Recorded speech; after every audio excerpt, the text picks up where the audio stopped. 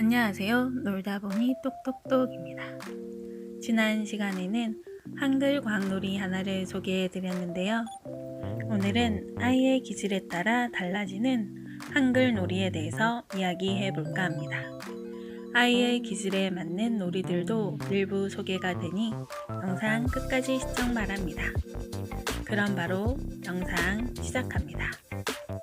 모든 사람이 다르듯 우리 아이들도 모두 다릅니다.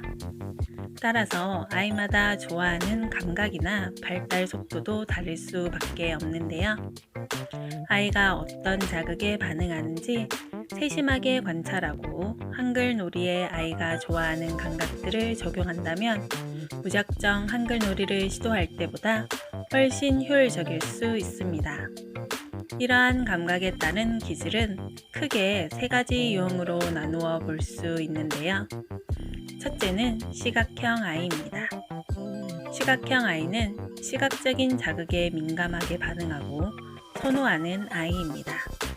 평소에 예쁜 색깔이나 그림에 관심이 많고 동화책을 고를 때도 책의 내용보다는 다채로운 색상이나 그림에 기준을 두는 아이라면 이런 성향일 가능성이 큽니다.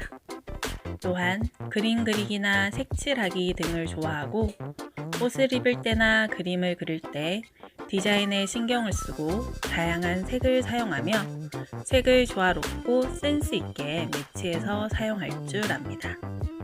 시각형 아이들은 글자보단 그림을 더 선호하기 때문에 한글 떼기가 다소 늦어지기도 하는데요.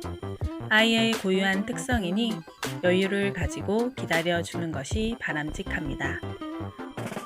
이런 아이들은 단순한 먹글자에는 흥미를 느끼지 못할 수 있습니다. 따라서 글자의 일부 그림이 그려진 이미지 글자나 다채로운 색상의 색글자를 노출하여 아이의 흥미를 이끌어주는 것이 좋습니다. 다만 이미지 글자를 노출할 때 그림이 너무 화려하면 글자는 보지 않고 그림에 관심을 빼앗길 수 있으니 아주 단순한 그림과 색상들로 이미지 글자를 만드는 것을 추천드립니다. 해당 이미지 글자는 푸르미 까꿍 그림책을 구매할 때 정전기 스티커 형태의 구성 상품으로 포함되어 있습니다. 푸르미몰 홈페이지에서 이미지 글자를 다운받아 단어장으로 활용하셔도 좋습니다. 두 번째는 청각형 아이입니다. 청각형 아이는 소리 자극에 매우 민감한데요. 아주 작은 소리에도 섬세하게 반응하며 처음 듣는 소리에도 지대한 관심을 보입니다. 자칫 겁이 많아 보일 수도 있는데 이것 또한 아이의 타고난 특성이니 있는 그대로 받아주세요. 또 청각형 아이들은 노래와 음률이 있는 동시를 좋아하고 방금 들은 노래를 금세 따라 부르기도 합니다. 듣는 귀가 유난히 발달하여 악기의 미세한 차이들도 구별할 수 있는데요. 이런 유형의 아이들은 같은 내용이라도 리듬감 있게 알려주면 훨씬 쉽게 받아들입니다. 따라서 단순히 단어를 읽어주기보다는 위성어, 의태어를 곁들여서 리듬감 있게 읽어주는 것이 좋습니다. 또는 기존의 동요를 응용해서 단어를 읽어주거나 위성어, 의태어가 많이 들어간 시를 분율감 있게 읽어주는 것도 좋은 방법입니다. 세 번째는 체각형 아이입니다. 체각형 아이들은 움직이는 것을 좋아하는 아주 활동적인 아이들인데요. 그래서 신체 발달도 다른 아이들에 비해 유난히 빠른 편입니다. 가만히 앉아서 배우기보다는 직접 체험을 통해서 배워야 직성이 풀리는 아이들인데요.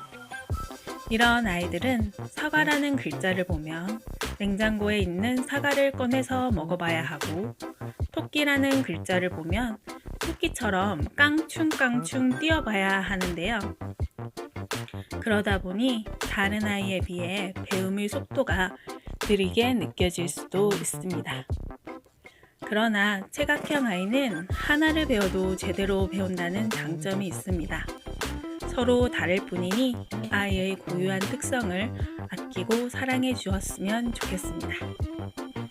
체각형 아이의 경우 바닥에 여러 단어들을 깔아놓고 주위를 빙글빙글 돌면서 즐겁게 춤을 추다가 고양이에 멈춰라 하면 고양이 글자에 폴짝 올라가는 놀이처럼 아이의 운동 욕구를 채워줄 수 있는 한글 놀이를 추천합니다.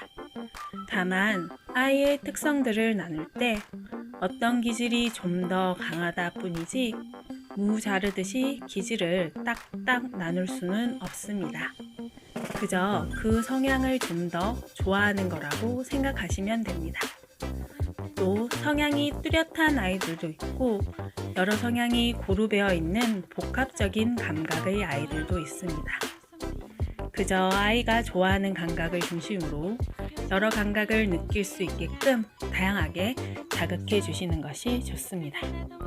영상이 길어지는 관계로 아웃풋에 대한 기질 차이와 온라인 놀이에 대한 성향 차이는 다음 시간에 다루도록 하겠습니다. 오늘 영상은 여기까지고요. 구독과 좋아요는 놀다보니 똑똑똑 채널을 운영하는데 많은 힘이 됩니다. 시청해주셔서 감사합니다. 그럼 다음 시간에 또 만나요. 안녕.